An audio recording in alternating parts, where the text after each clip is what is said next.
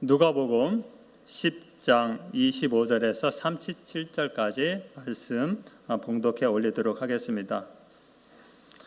어떤 율법 교사가 일어나 예수를 시험하여 이르되 선생님, 내가 무엇을 하여야 영생을 얻으리이까? 예수께서 이르시되 율법에 무엇이라 기록되었으며 내가 어떻게 읽느냐? 대답하여 이르되 내 마음을 다하며 목숨을 다하며 힘을 다하며 뜻을 다하여 주 너희 하나님을 사랑하고 또한 내 이웃을 내 자신과 같이 사랑하라 하였나이다. 예수께서 이르시되 내 대답이 옳도다. 이를 행하라. 그러면 살리라 하시니 그 사람이 자기를 옳게 보이려고 예수께 여짜오되 그러면 내 이웃이 누구니이까? 예수께서 대답하여 이르시되 어떤 사람이 예루살렘에서 여리고로 내려가다가 강도를 만나매 강도들이 그 옷을 벗기고 때려 거의 죽은 것을 버리고 갔더라. 마침 한 제사장이 그 길로 내려가다가 그를 보고 피하여 지나가고 또 이와 같이 한 레위인도 그곳에 이르러 그를 보고 피하여 지나가되 어떤 사마리아 사람은 여행하는 중 거기 이르러 그를 보고 불쌍히 여겨 가까이 가서 기름과 포도주를 그 상처에 붓고 싸매고 자기 짐승에 태워 주막으로 데리고 가서 돌보아 주니라. 그 이튿날 그가 주막 주인에게 데나리온 2를 내어주며 이르되 이 사람을 돌보아 주라. 비용이 더 들면 내가 돌아올 때 갚으리라 하였으니 내 생각에는 이 세 사람 중에 누가 강도 만난 자의 이웃이 되겠느냐? 이르되 자비를 베푼 자이니이다. 예수께서 이르시되 가서 너도 이와 같이 하라 하시니라. 아멘.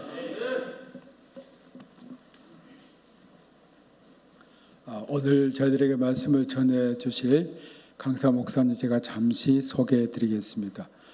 노세영 목사님은 서울신학대학 졸업하시고 연세대 연합신학대학원에서 구약학으로 석사학위를 받으시고 미국에 가서 그 학교가 뭐였죠? 드류 유니버시티에서 철학 박사학위를 받으셨습니다. 우리 한국에 돌아오셔서 한국의 아주 저명한 구약학자로서 또한 제자들을 가르치셨고 우리나라에서 아주 유명한 구약학자로서 구약 성서 주석도 하셨습니다. 제가 오늘 그 구약 느헤미야를 설교하면서 뜨끔했습니다. 왜냐하면 구약 박사님 앞에 오셔가지고 상당히 부담이 됐습니다. 저는 성서신학을 전공하지 않았고 더군다나 저 구약학자가 또 오셔가지고 참 힘드네 그랬습니다. 근데 오늘 또 신약으로 또 설교를 하셔서 구약 신약 오늘 여러분들이 다 드시게 됐습니다. 정말 한국의 저명한 학자였고 또 서울신학대학교 총장으로 사역을 하셨고 지금 미국에서 또 선교 사역을 하고 계십니다. 오늘 저희들에게 오늘 가서 너도 이와 같이 하라는 말씀으로 말씀 선포하실 때 큰 은혜 받으시기 바랍니다. 우리 목사님 나오실 때 할렐루야로 우리 환영해 주시면 감사하겠습니다. 할렐루야.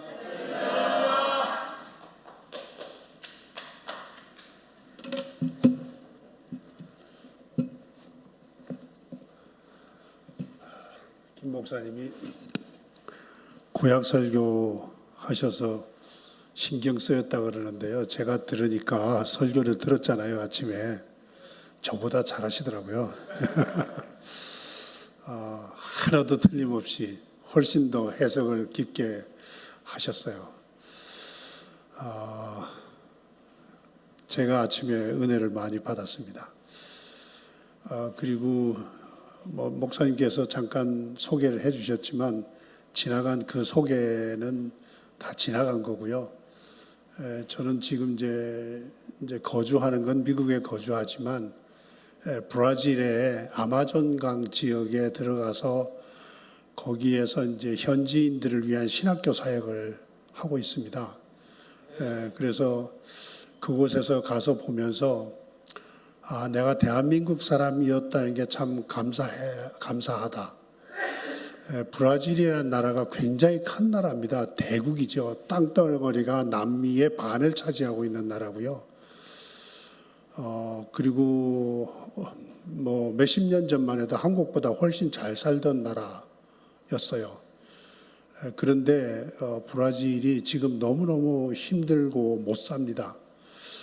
특히 브라질의 남부와 북부가 이렇게 나눠지는데요. 남부 지역에는 백인들하고 부자들이 많이 사는데 북부 지역은 그 인디오들하고 본래 포르투갈이 거기가 점령을 했잖아요. 그래서 포르투갈 백인들 사이에 혼혈족들이 이제 북쪽에 많이 살아요. 근데 그 사람들은 교육을 잘 못 받아가지고요. 굉장히 힘들고 제가 사역하고 있는 그 신학교도 빈민촌 안에 있는데 그분들 사는 걸 보면요. 너무너무 마음이 아프고 어떻게 이렇게 이 대국이 큰 땅덩어리를 갖고 있고 자원이 그렇게 풍부한 나라가 이렇게 못 살까 이제 그런 생각을 많이 하게 되죠. 그들을 위해서 이제 그 신학교 사역을 하면서 그분들에게 이제 하나님 말씀을 가르치고 있는데요. 여러분들이 밖에서 이렇게 선교사로 수고하시는 많은 분들이 고생을 많이 하신다고 생각하시고 선교사님들 위해서 많이 기도해 주시기를 부탁을 드립니다. 오늘 이제 우리가 읽은 본문 말씀은 여러분들 목사님들 통해서 굉장히 자주 설교를 듣는 본문이지요. 그리고 이 13절로 되어 있는 이 본문이 두 개의 스토리로 되어 있습니다. 하나는 율법 선생님이죠. 율법 선생님이 예수님께 와서 내가 영생을 어떻게 하면 얻으려면 어떻게 해야 됩니까? 라고 질문했던 그 이야기 하나 하고요. 그 다음에 이제 여러분들이 더 잘 알고 있는 선한 사마리아 사람 이야기가 여기에 기록되어 있습니다.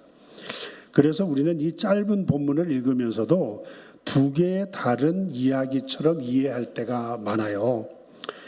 선한 사마리아 사람에 대한 이야기가 너무 유명해가지고 선한 사마리아 사람에 대한 설교를 듣을 때도 이 앞에 있는 율법 선생님의 이야기를 별로 연결지어서 생각하지 않습니다. 그렇지만 이 두 이야기는 본질적으로 하나의 이야기이고요. 예수님과 율법 선생님 사이의 대화 속에서 나오는 한 스토리이고 그것을 우리가 정확하게 같이 읽을 때에 그 영생의 길이 무엇인지를 알 수 있게 된다라는 거죠. 이렇습니다. 어떤 한 율법 선생님이 예수님을 찾아왔어요. 그리고는 예수님을 시험했다라고 표현하잖아요. 예수님을 시험해서 어떻게 영생을 얻을 수 있을까라는 질문을 하게 됐습니다. 아마도 이 율법 선생은 예수님이 그동안에 가르쳐왔던 많은 것들을 들었고 그리고 그분이 율법에 대해서 참 잘 아는 것 같다라는 생각을 했던 것 같아요. 그러니까 이 율법 선생은 예수님이 진짜로 율법의 핵심이 뭔지를 알고 있을까? 그런 생각이 들지 않았을까? 그래서 이제 시험을 한 거죠. 예수님께 시험을 했는데 그러면서 동시에 무슨 생각을 했을 거라는 짐작을 해보냐면 만약에 이분이 율법의 핵심을 잘 모른다면 내가 율법의 핵심을 좀 가르쳐 주리라 아마 그런 생각까지 하지 않았을까 이제 그렇게 생각을 합니다. 율법 선생이 낸 문제는요 율법의 핵심에 대한 문제고 영생을 어떻게 얻느냐 하는 문제였어요. 그래서 이제 그분은 점잖게 예수님께 물었습니다. 선생님 내가 무엇을 하여야 영생을 얻으리까? 그의 질문은 사람이 어떻게 하면 영생을 얻을 수 있죠? 라는 그런 보편적 질문이 아니고 내가 어떻게 하면 영생을 얻을 수 있습니까? 라고 질문을 함으로써 자기가 영생과 구원에 대해서 깊은 관심을 갖고 있는 사람입니다. 라는 것을 표현하고 싶었던 것 같아요. 만약에 성도 여러분, 여러분의 주위에 있는 어떤 분이 여러분에게 어떻게 하면 영생을 얻을 수 있죠? 라고 질문을 한다면 여러분 어떻게 대답하실 건가요? 영생을 얻는 길이 뭐라고 생각하시는가요? 그런데 예수님은 이 영생의 길이 어디에 있는지를 묻는 이 율법 선생한테 직접적으로 영생을 얻으려면 이렇게 해야 돼라고 대답하지 않으셨어요. 대답하지 않고 아마 우리가 짐작컨대 우리가 이런 이야기를 하게 되면 목사님 저 같으면요, 예수님이 나는 길이요 진리요 생명이니 나로 말미암지 않고는 아버지께로 갈 자가 없다고 하지 않았습니까? 그러니까 예수님 믿고 영생 얻을 수 있습니다라고 대답할 거예요. 아마 그렇게 여러분들 하실 거예요.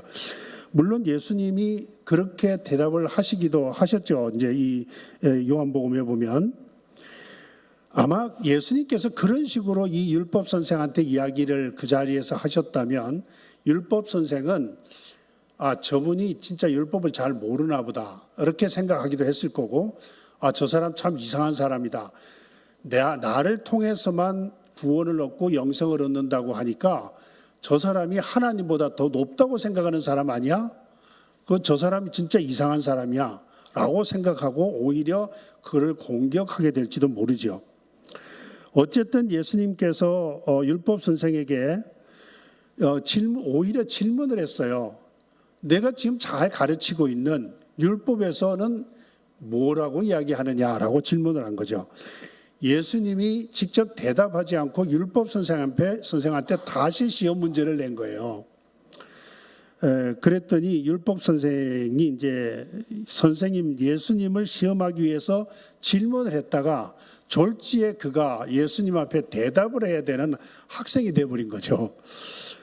그의 대답은 두 가지로 요약됩니다. 첫째는 내 마음을 다하며 목숨을 다하며 힘을 다하며 뜻을 다하여 주 너희 하나님을 사랑하라 한 명령이고, 둘째는 내 이웃을 내 몸과 같이 사랑하라 하는 명령, 그것이 율법에서 가르친 계명이라고 이야기했습니다. 내 마음을 다하고 목숨을 다하고 뜻을 다해서 주 너희 하나님을 사랑하라 했던 이 말씀은 구약의 신명기 6장 5절에 나오는 말씀에서 이 율법 선생이 인용한 건데요. 이 율법의 이야기는 모세가 애굽에서부터 탈출해 나와서 광야에서 1세대 사람들이 다 죽고 20세 이하의 남은 2세대 사람들이 이제 가나안 땅에 들어가기 직전에 하나님으로부터 받았던 율법을 다시 그들에게 가르치는 내용 가운데 들어있는 겁니다. 모세는 이스라엘 백성들이 가나안 땅에 들어가서 이스라엘 사람들의 신들을 섬길 것을 염려했고, 그 신들은 우상이기 때문에 섬기지 말아라. 오직 너의 하나님을 내 모든 것을 다해서 섬기고 사랑해야 된다라고 이야기하고 강조한 거죠. 그러면서 여기에 또 이분이 이야기하는 영생을 얻기 위한 두 번째 대답은 내 이웃을 내 몸과 같이 사랑하라라고 한 거죠. 그런데 이 말씀은 역시 구약에서도 레위기 19장 18절에 나오는 말씀을 인용한 겁니다. 레위기도 하나님께서 모세를 통해서 주신 율법이죠. 그 레위기의 모든 이야기들 중에서도 레위기 19장은 레위기 안에서도 가장 빛이 나는 절정의 아주 핵심적인 내용이 거기 담겨 있는데요.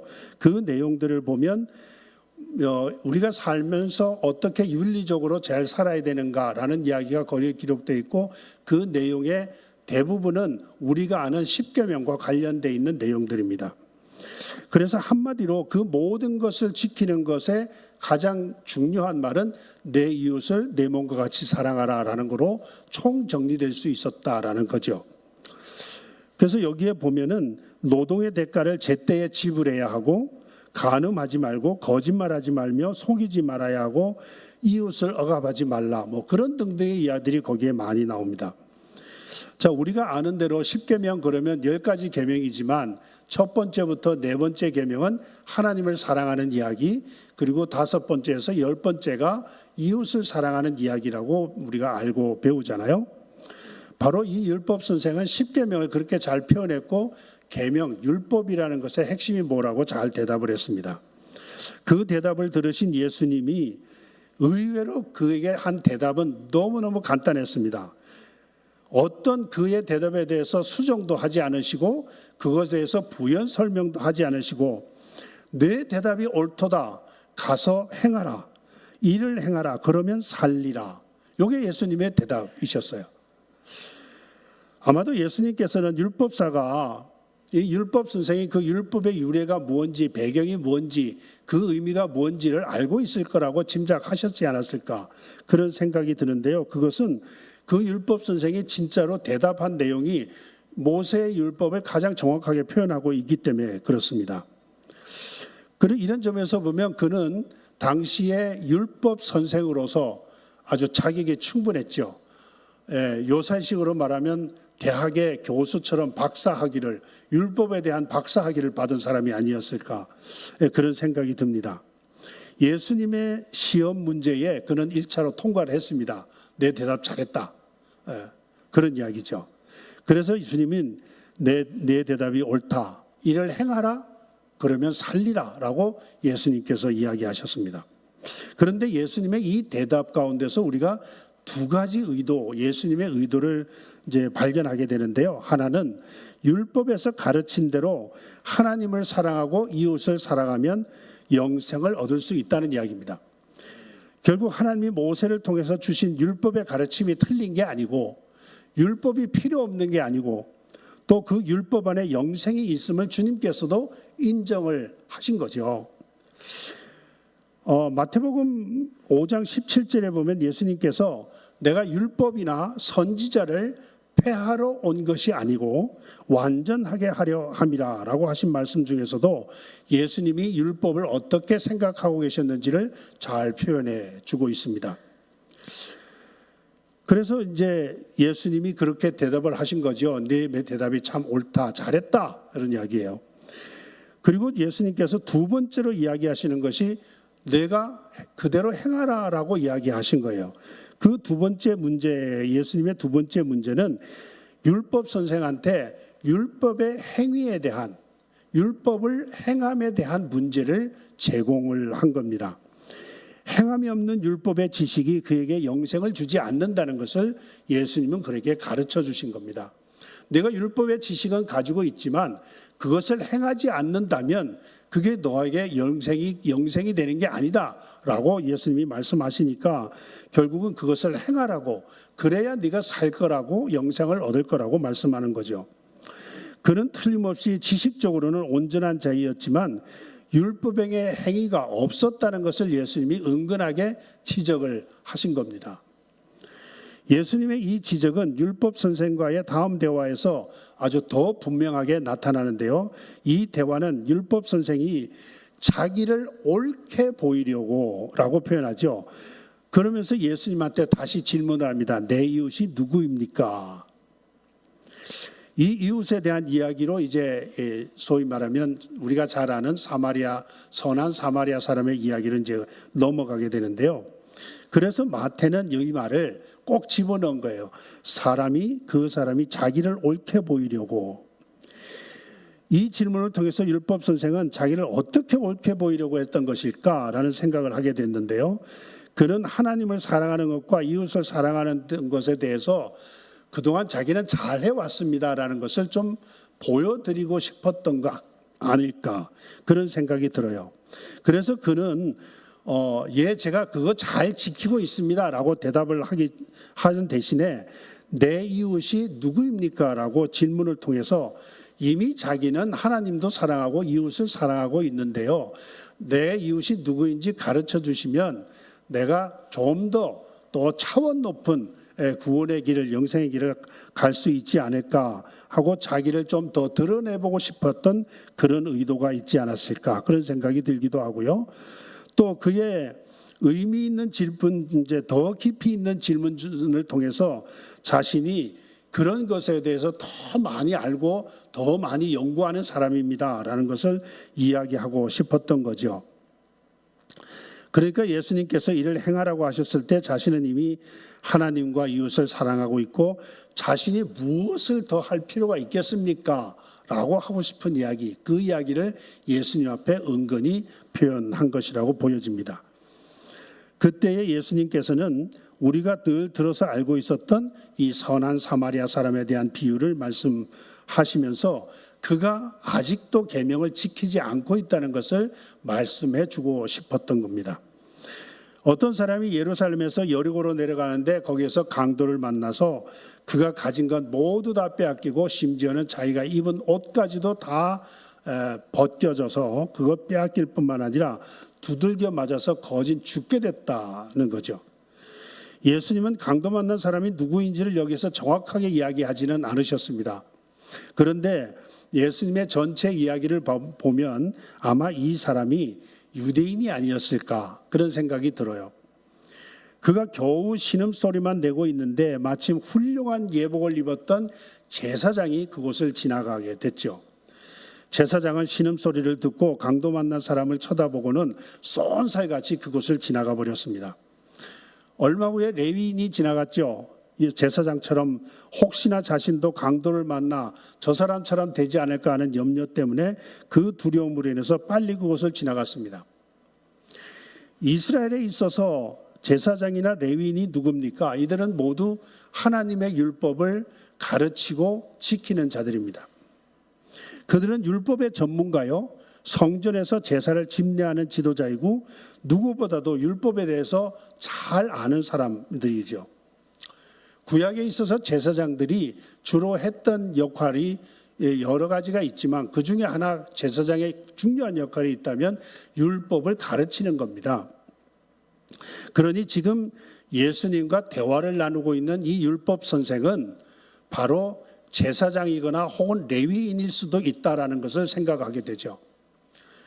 또 그가 제사장이 아니고 레위인이 아니라 할지라도 율법을 가르치는 선생님이니까 율법과 관련된 직위를 가진 사람이었고 그 두 부류의 사람을 지적함으로써 너도 그런 사람과 같지 않느냐라고 예수님은 은근히 그에게 이제 질문을 하신 거죠.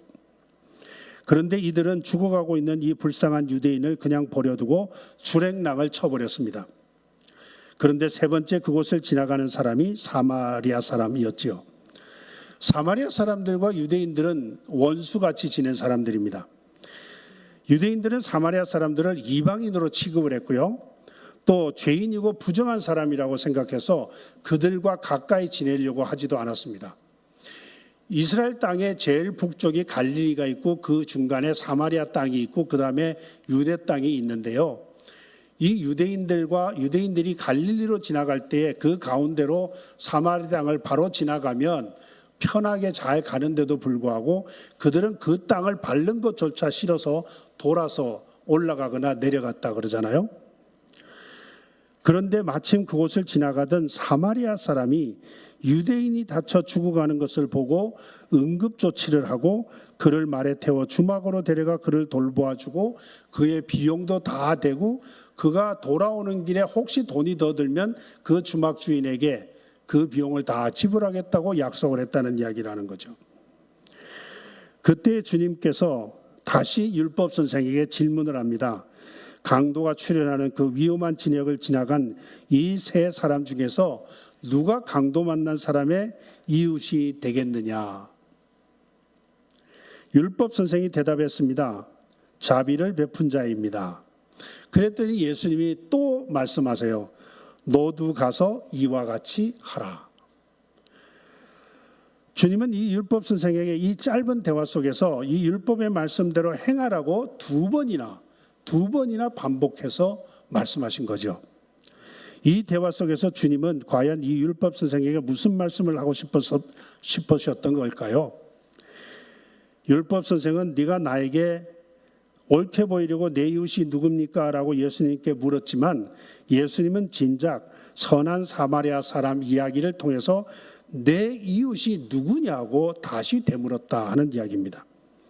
내가 율법 선생으로서 율법을 잘 지킨 것처럼 보이고 싶었겠지만 내가 과연 이웃을 사랑하고 있었느냐라고 예수님은 그에게 다시 묻는 거예요. 내가 이방인이라고 조롱하고 죄인이고 부정한 사람이라고 생각해서 가까이 하지 않으렸던 그 사마리아 사람은 강도 만난 유대인의 이웃이 되었는데 너는 지금 누구의 이웃이 되고 있느냐라고 질문하시는 거고요. 또 내가 정말 그런 일을 하고 있느냐고 다시 대물어 예수님께서 말씀하시는 겁니다. 그런데 이 율법 선생의 대답이 참 치졸합니다. 그는 사마리아 사람이라고 대답하지 않았어요. 사마리아 사람이 그곳을 지나가다가 그를 도와주었다고 예수님이 분명히 말씀하셨는데 사마리아 사람이 이웃입니다라고 말하지 않고 자비를 베푼 자입니다라고 아주 조금 치사하게 그 사람 이름을 그 사마리아 사람이라는 이름조차도 말하고 싶지 않을 만큼 부정한 사람이고 죄인이라고 생각했으니까 그렇게 대답하지 않았다는 거죠. 예수님의 기준에 의하면 이 율법 선생은 결코 영생을 얻을 수 있는 하나님 사랑과 이웃 사랑을 하지 못한, 다시 말해서 율법을 행위로 보여주지 못한 사람일 뿐이었습니다. 우리는 요한일서 4장 20절의 말씀을 기억합니다. 누구든지 하나님을 사랑하노라 하고 그 형제를 미워하면 이는 거짓말하는 자니 보는 바 그 형제를 사랑하지 아니하는 자는 보지 못하는 바 하나님을 사랑할 수 없느니라. 사마리아 사람이 이웃임에도 불구하고 그를 사랑하지 못하면서 내가 하나님을 사랑하고 있다고 자신하느냐라고 질문하는 거죠. 하나님 사랑과 이웃 사랑이라는 것은 서로 다른 개념이 아니라 하나의 개념이고 하나의 계명이라는 것도 예수님은 말씀하고 있는 겁니다. 결국 이 율법 선생은 자신이 하나님의 율법을 지키고 있다고 자랑하고 싶어 했지만 자신의 못된 성격을 자신의 모습을 예수님과의 대화 속에서 발견할 수밖에 없었던 거겠죠. 그래서 주님께서는 그에게 마지막으로 명령했습니다. 가서 너도 이와 같이 하라. 이 율법 선생은 더 이상 주님과 대화를 나눌 수도 없었고 자신의 교만과 부끄러움을 드러냈을 거라 하는 생각이 들 뿐입니다. 예수님께서 마태복음 25장에서 하신 유명한 말씀 여러분들 기억하시죠? 여기에 이런 이야기를 하십니다. 내가 줄일 때에 너희가 먹을 것을 주지 아니하였고 목마를 때에 마시게 하지 아니하였고 나그네 되었을 때에 영접하지 아니하였고 헐벗었을 때에 옷 입히지 아니하였고 병들었을 때와 옥에 갇혔을 때에 돌보지 아니하였느니라. 내가 그렇게 했을 때 너희들이 나를 돌보지 않았느냐라고 주님이 말씀하셨는데 그 사람들이 우리가 언제 그랬습니까? 언제 주님 앞에 우리가 그렇게 했습니까? 주님 사랑하느라고 주님 앞에 헌금도 많이 하고 교회 와서 이런 일도 하고 저런 일도 많이 하지 않았습니까? 예, 그때에 이야기하신 주님의 말씀이 뭔지 아시죠? 지극히 작은 자 하나에게 하지 아니한 것이 곧 내게 하지 아니한 것이다 라고 말씀하신 거죠. 내가 이웃을 사랑하지 않고서 하나님의 사랑을 이야기할 수 있느냐? 내 이웃을 사랑함으로써 하나님의 사랑을, 네가 하나님을 사랑하고 있다는 것을 증명해 보이라는 이야기이기도 한 겁니다. 하나님과 이웃을 사랑하라는 율법을 지키는 것이 영생을 얻는 길이지만 그 율법을 그만큼 지키기가 어렵다는 것을 지금 이 대화를 통해서 우리는 알게 됩니다. 우리는 어떨까요? 우리는 이 율법 선생과 같지 않은가요? 우리가 하나님을 사랑하고 이웃을 사랑하는 것이 영생의 길임을 알고 있으니 우리도 영생을 얻을 것이라고 착각하고 있지는 않은가요? 내가 이런 것도 하고 저런 것도 하고 잘 섬기고 있는데 내가 영생을 얻었다라고 생각하고 있지는 않은가요? 그러면서 우리는 우리 형제를 미워하고 있기도 하고 우리의 이웃에 있는 어려운 자들을 위해서 그들을 사랑하지 못하는 경우들이 종종 있지 않은가요? 또 어떤 이들은 이렇게 이야기할 수도 있죠. 우리가 우리 이웃에 있는 이들을 위해서 구제하고 그들을 섬기고 있으니까 우리는 우리가 할 일을 다 했다고 생각하고 우리가 하나님과 이웃을 사랑합니다라고 고백하고 있지 않을까요? 그러면서 막상 우리는 우리의 형제를 혹은 우리와 다른 사람들을 혹은 우리의 원수라고 생각한 사람들에 대해서 우리의 이웃이 아니라고 여기고 계시지는 않으신가요? 저는 이 장면에서 좀 궁금증이 생겼습니다. 왜 주님께서는 이 사람에게 율법의 말씀대로 행하라고 2번이나 반복해서 말씀하시면서 그렇게 지적을 하시면서도 율법으로 구원받는 자에게 율법을 행하라고 말할 뿐 어떻게 하면은 이것을 행할 수 있는지를 말씀하지 않으셨을까? 어떻게 하면 이거를 율법을 행할 수 있다고 말씀하지 않으셨을까라고 생각을 해봤어요. 만약에 예수님 앞에 이 율법 선생이 지금 자기가 드러난 자신의 모습을 보면서 부끄러움을 다 내려놓고 주님 앞에 그러면 제가 어떻게 하면 이 율법의 말씀대로 행할 수 있을까요? 라고 질문했다면 예수님은 그에게 뭐라고 대답하셨을까? 저는 이 말씀을 생각하면서 이것과 아주 흡사한 다른 장면, 다른 이야기를 떠올리게 됐습니다. 누가복음 18장 18절 이하에 보면은요, 오늘 우리가 읽은 본문의 말씀과 비슷한 장면이 소개되고 있는데요. 어느 한 부자 관리, 마태복음에서는 부자 청년이라고 표현해 있는데 와서 예수님께 묻습니다. 선한 선생님이여, 내가 무엇을 하여야 영생을 얻으리까? 라고 똑같은 질문을 했어요. 그런데 주님께서 이 자리에서 율법 선생한테는 율법이 뭐라고 했느냐라고 대질문을 하셨지만 이 청년, 부자 청년에게는 직접적으로 대답을 하셨습니다. 내가 계명을 안 하니 간음하지 말라, 살인하지 말라, 도둑질하지 말라, 거짓 증언하지 말라, 내 부모를 공경하라 하지 아니하였느냐? 그걸 지키면 되는 거 아니겠니? 하고 예수님이 말씀하셨어요. 그때 이 청년이 대답했습니다. 네, 그런 계명들은 제가 어릴 때부터 다 지켰습니다. 그때 주님께서 이야기하십니다. 내게 아직 한 가지 부족한 것이 남아있으니 내가 가지고 있는 것을 모두 팔아서 가난한 사람들에게 다 나눠주고 그리고 나를 따르라. 예수님이 직접 방법을 가르쳐 주신 거예요. 결국 이 이야기 가운데서도 구체적으로 영생의 길을 알려주신 거죠.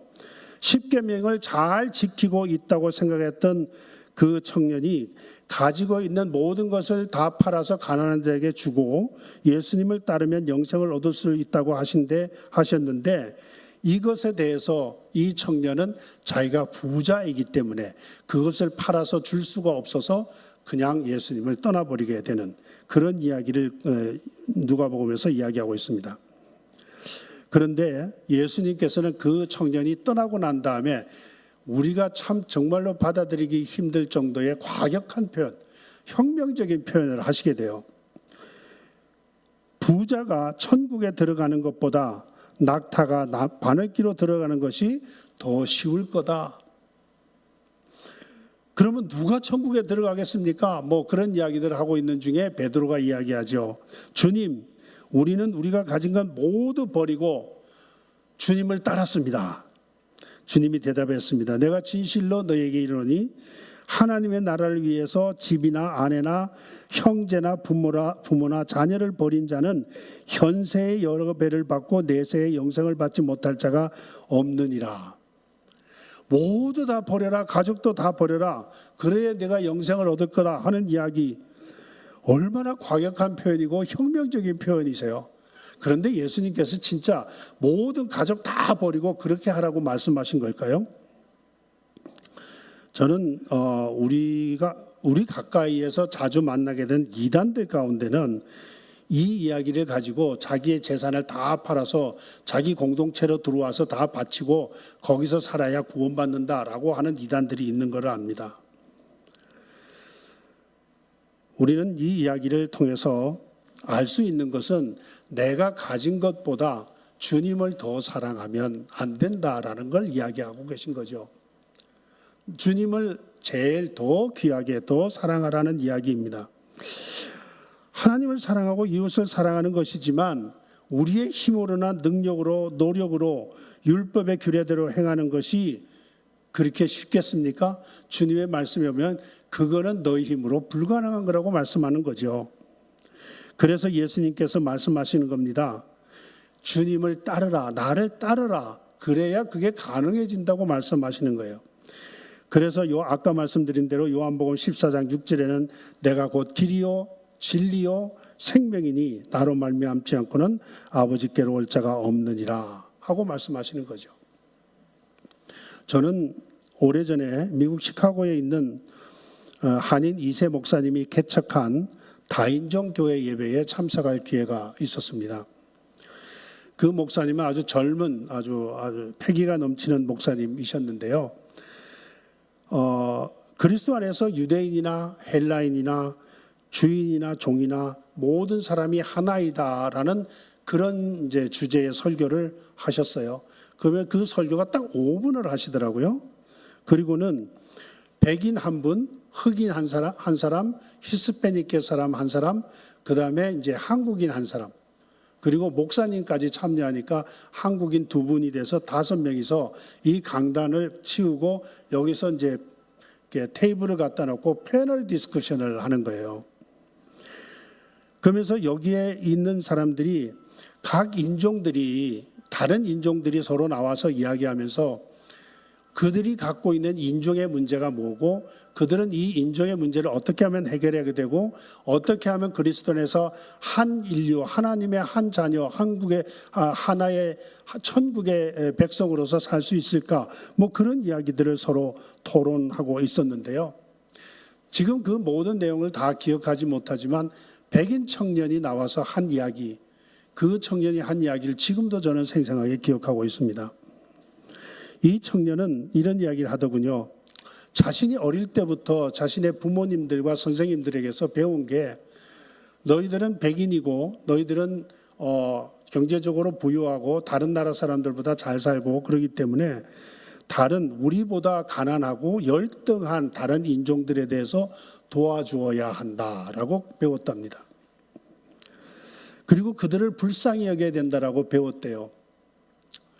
자기는 지금까지 자기는 우월한 인종이라고 생각을 했답니다. 그 배움 때문에.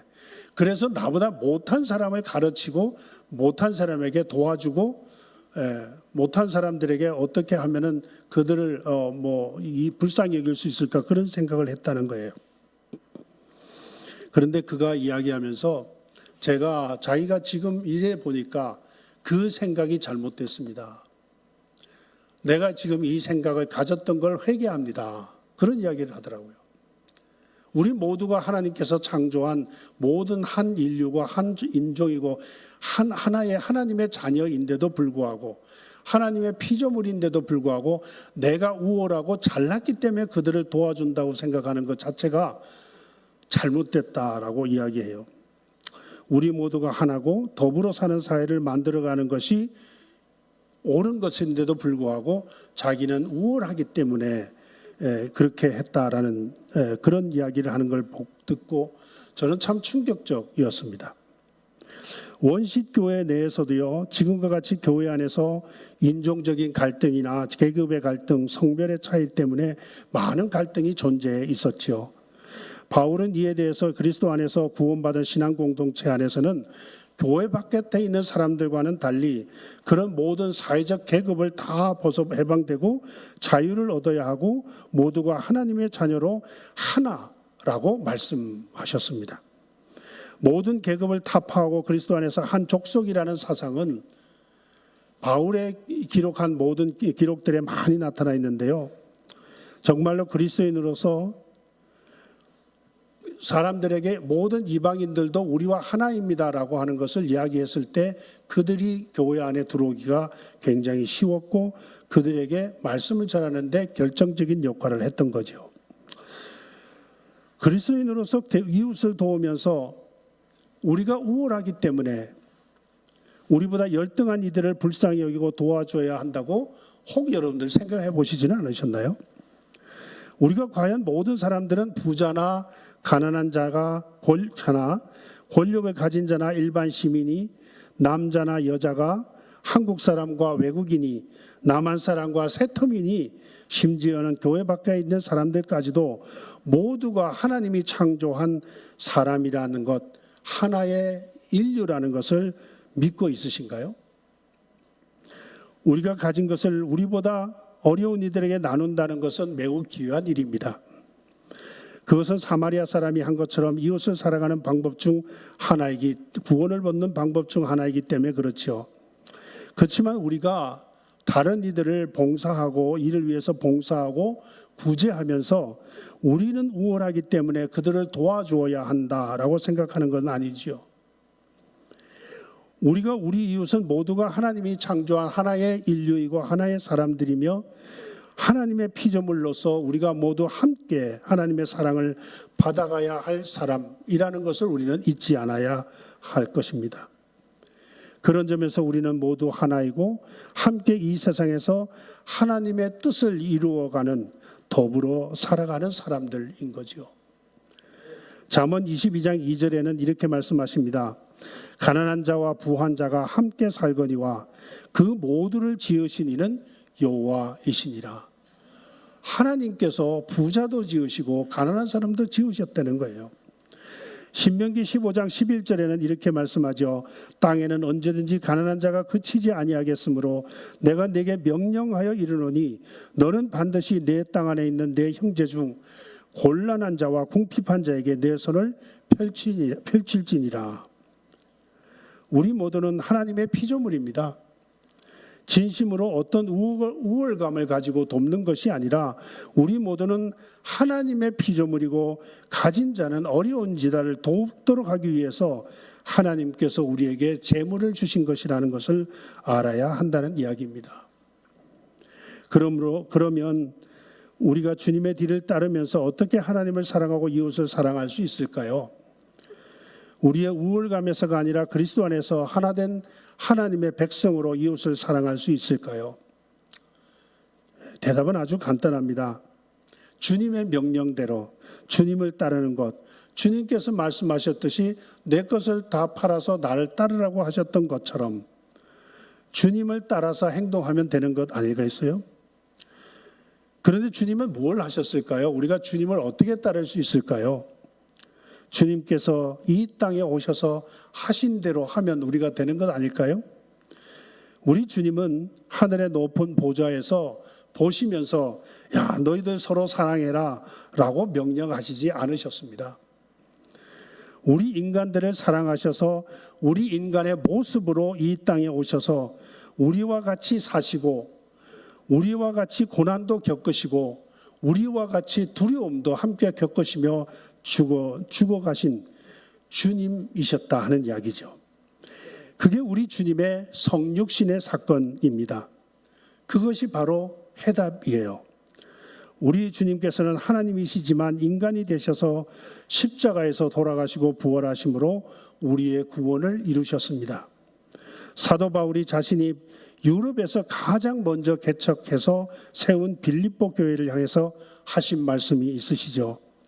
빌립보서 2장 1절에서 8절 말씀입니다. 제가 그냥 읽겠습니다. 그러므로 그리스도 안에 무슨 권면이나 사랑의 무슨 위로나 성령의 무슨 교제나 긍휼이나 자비가 있거든 마음을 같이하여 같은 사랑을 가지고 뜻을 합하며 한 마음을 품어 아무 일에든지 다툼이나 허영으로 하지 말고 오직 겸손한 마음으로 각각 자기보다 남을 낮게 여기고 각각 자기의 일을 돌볼 뿐더러 또한 각각 다른 사람들의 일을 돌보아 나의 기쁨을 충만케 하라. 너희 안에 이 마음을 품으라. 너희 안에 이 마음을 품으라. 곧 그리스도 예수의 마음이니 그는 근본 하나님의 본체시나 하나님과 동등됨을 취할 것으로 여기지 아니하시고 오히려 자기를 비워 종의 형체를 가지사 사람들과 같이 되셨고 사람의 모양으로 나타나사 자기를 낮추시고 죽기까지 복종하셨으니 곧 십자가에 죽으십니다.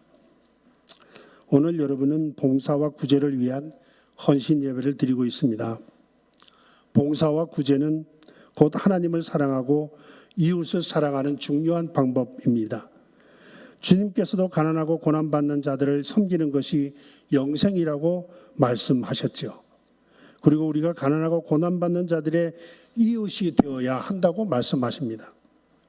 그런데 이웃을 사랑하는 것이 어떤 율법의 규례를 아는 것으로 이루어지는 것이 아니고 더욱이 우리가 어떤 우월한 위치에서 우리보다 낮고 천한 사람들에게 무언가를 도와주는 것으로 완성되는 것이 아님을 우리 주님께서는 오늘 말씀하고 있는 겁니다.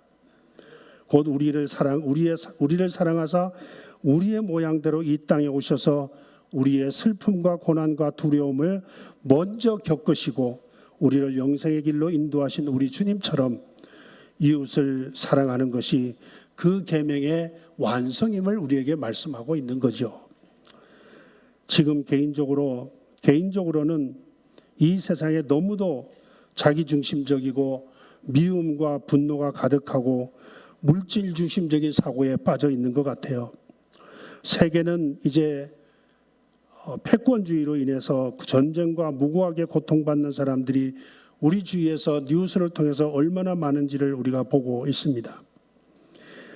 지금 우리가 해야 할 기본적인 자세는 우리 모두는 하나님이 창조한 사람들이며 우리는 모두 사랑을 받기도 하고 또 사랑해야 할 이웃이라는 사실입니다.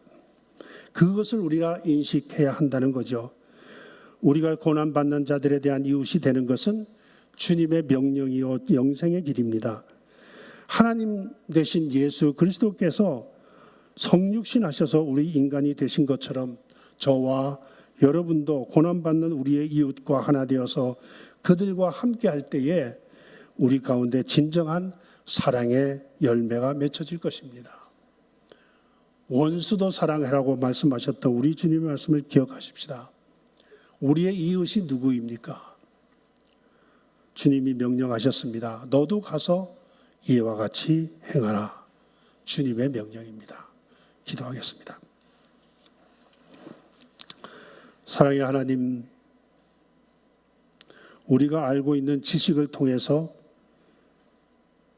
어느 정도 그것을 행하면 우리가 구원을 받을 수 있다고 하는 착각 속에 살 때가 얼마나 많은지 모릅니다. 우리를 불쌍히 여기시고 우리가 정말 주님이 하셨던 것처럼 우리의 삶이 그들을 향해서 하나 되는 삶이 되도록 도와주시옵소서.